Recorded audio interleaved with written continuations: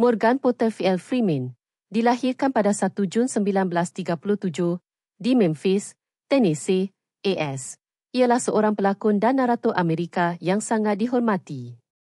Dengan suaranya yang dalam, bergema dan perwatakan yang berkuasa namun menenangkan, beliau telah menjadi salah seorang figura yang paling dihormati dan dikenali di Hollywood, terkenal kerana melakonkan watak-watak yang bijak, tenang, dan seringkali baik hati.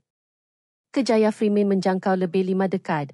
Pada mulanya mendapat pengiktirafan untuk kerjanya dalam siri televisyen kanak-kanak The Electric Company pada tahun 1970-an. Walau bagaimanapun, beliau benar-benar menembusi pada akhir 1980-an dan 1990-an dengan rentetan persembahan filem yang dipuji secara kritis.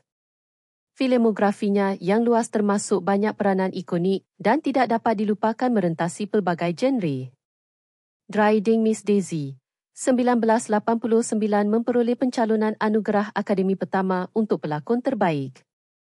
Glory 1989 lakonan yang hebat dalam drama sejarah ini. The Shawshank Redemption 1994 peranannya sebagai Alice Red Redding secara meluas dianggap sebagai salah satu yang paling ikonik, memberikannya satu lagi pencalonan Oscar.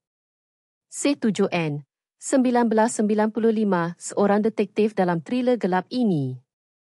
Amistad 1997 memegang watak Theodore Johansson, memperoleh pencalonan Oscar. Million Dollar Baby 2004 memenangi anugerah Akademi untuk pelakon pembantu terbaik untuk peranannya sebagai Eddie Crabbe Dupree.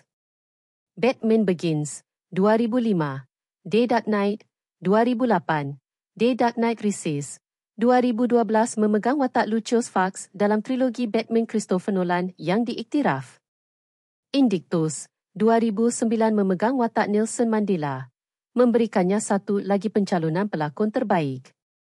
Now You See Me 2013 dan sequelnya sebagai bekas ahli silap mata yang skeptikal. Selain lakonannya, Freeman juga terkenal dengan suaranya yang tersendiri, yang menjadikannya narator yang sangat dicari untuk dokumentari dan kempen komersial, termasuk Much Ado the Penguins 2005 dan Through the Wormhole 2010-2017.